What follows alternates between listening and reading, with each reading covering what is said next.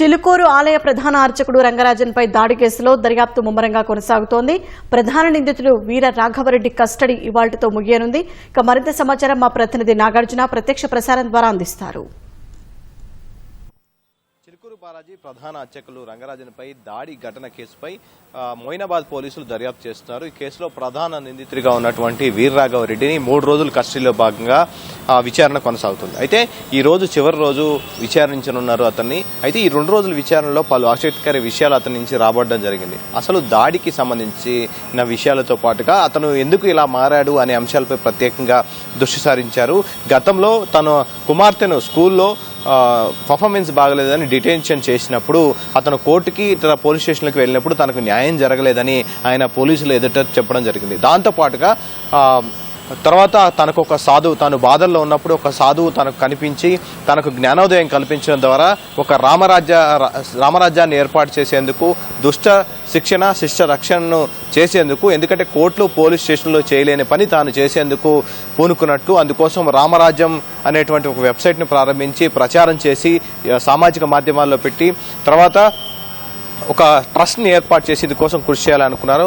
రామరాజ్యంలో రామదండు అంటే సైన్యాన్ని ఏర్పాటు చేసుకునేందుకు 2 తెలుగు రాష్ట్రాల్లో అతను విస్తృతంగా ప్రచారం చేసినట్టుగా తెలిపారు. దాంతోపాటుగా ఉద్యమం సమయంలో కూడా తన మీద తెలంగాణ అప్పుడు ఉన్నటువంటి తెలంగాణకు సంబంధించిన పోలీసులు తనపై కేసులు నమోదు చేశారు, అన్యాయంగా తనపై కేసులు బనాయించారనేది అతను పోలీసులు ఎదుట చెప్పడం జరిగింది. ఇవన్నీ విషయాల మీద అతని స్టేట్మెంట్ని అయితే పోలీసులు రికార్డ్ చేస్తున్నారు. దాంతోపాటుగా ఇతను మారిన అంశాల మీద కూడా ఈ స్టేట్మెంట్, కన్ఫెషన్ స్టేట్మెంట్ అంతా కూడా రికార్డ్ చేస్తున్నారు. దాడి ఘటనకు సంబంధించినటువంటి వివరాలు ఇప్పటికే సేకరించడం జరిగింది. విచారణ మొత్తంలో అతను చేసినటువంటి నేరాన్ని పోలీసుల ఎదుట ఆయన ఒప్పుకున్నారు. అతను చేసినటువంటి పనికి ఆయన చింతిస్తున్నట్లుగా పోలీసులకు కూడా చెప్పడం జరిగింది.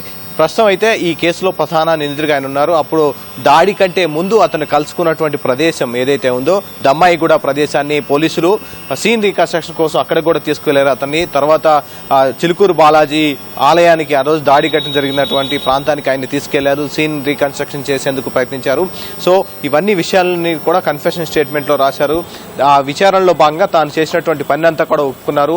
ఆ రామరాజ్యానికి సైన్యాన్ని ఏర్పాటు చేసే క్రమం, దాంతో పాటుగా ఆర్థిక సాయం చేసేటువంటి విషయాల్లో 2 తెలుగు రాష్ట్రాల్లో ఉన్నటువంటి దేవాలయాలు, అందులో ఉన్నటువంటి పూజారులే లక్ష్యంగా, అంటే ప్రతి ఒక్క పూజారి తమ ఒక పరిధిలో ఉన్నటువంటి రామ సైన్యాన్ని తయారు చేయడం ద్వారా ప్రపంచవ్యాప్తంగా ఇటువంటి దేశవ్యాప్తంగా 2 తెలుగు రాష్ట్రాల్లో ఏర్పాటైతే దేశవ్యాప్తంగా దీన్ని విస్తరించేందుకు అతను ప్రయత్నంలో చేసేందుకు తొలి అడుగు వేసినట్లుగా అతను చెప్పడం జరిగింది. సో ఇవన్నీ విషయాలను కూడా కన్ఫెషన్ స్టేట్మెంట్లో పోలీసులు రాయడం జరిగింది. సో విచారణ తర్వాత ఈయన విచారణ అయిపోయిన తర్వాత ఇందులో కేసులో A2గా ఉన్నటువంటి మరొక వ్యక్తిని కూడా పోలీసులు విచారించాలని భావిస్తున్నారు. అతను కూడా కస్టడీలో తీసుకోవాలని, కస్టడీ పిటిషన్ కూడా వేయాలని భావిస్తున్నారు. సో ఇప్పుడు ఈ రోజు ఆయన విచారణ అంతా ముగిసిన తర్వాత రేపు ఉదయం వరకు ఆయన టైం ఉంది కాబట్టి రేపు ఉదయం అతనికి వైద్య పరీక్ష నిర్వహించి తిరిగి కోర్టులో హాజరుపరుస్తారు. ఒకవేళ ఈ కేసులో మరిన్ని విషయాలు తేలకపోతే మరొకసారి కస్టడీలోకి తీసుకుంటాం అతనని చెప్పేసి పోలీసులు కూడా చెప్పడం జరిగింది. మరోవైపు ఈ కేసులో ఇప్పటివరకు 22 మంది నిందితులు కాగా ప్రధాన నిందితుడు వీర రాఘవరెడ్డితో పాటుగా 22 మంది నిందితులుగా చేర్చారు. అందులో 18 మందిని పోలీసులు అరెస్ట్ చేశారు. ఇంకొక 4 పరారీలో ఉన్నారు. వాళ్ళని కూడా త్వరలో అరెస్ట్ చేస్తామని చెప్పడం జరిగింది. మరోవైపు ఒక్కొక్కరుగా రంగరాజన్ పై దాడి ఘటన చాలా మంది ఖండించారు. చాలా మంది ప్రముఖులు అతను వెళ్లి పరామర్శించారు. దాడి ఘటనపై తీవ్రంగా ఖండించడం జరిగింది. సో ఓవరాల్ గా ఈ కేసులో అయితే మొయినాబాద్ పోలీసులు దర్యాప్తు కొనసాగుతుంది. వీర రాఘవరెడ్డిని ఈ రోజు కస్టడీ చివరి రోజు 3వ రోజు విచారణ అయిపోయిన తర్వాత రేపు అతని కోర్టులో హాజరుపరుస్తామని తెలపడం జరిగింది. Over to you.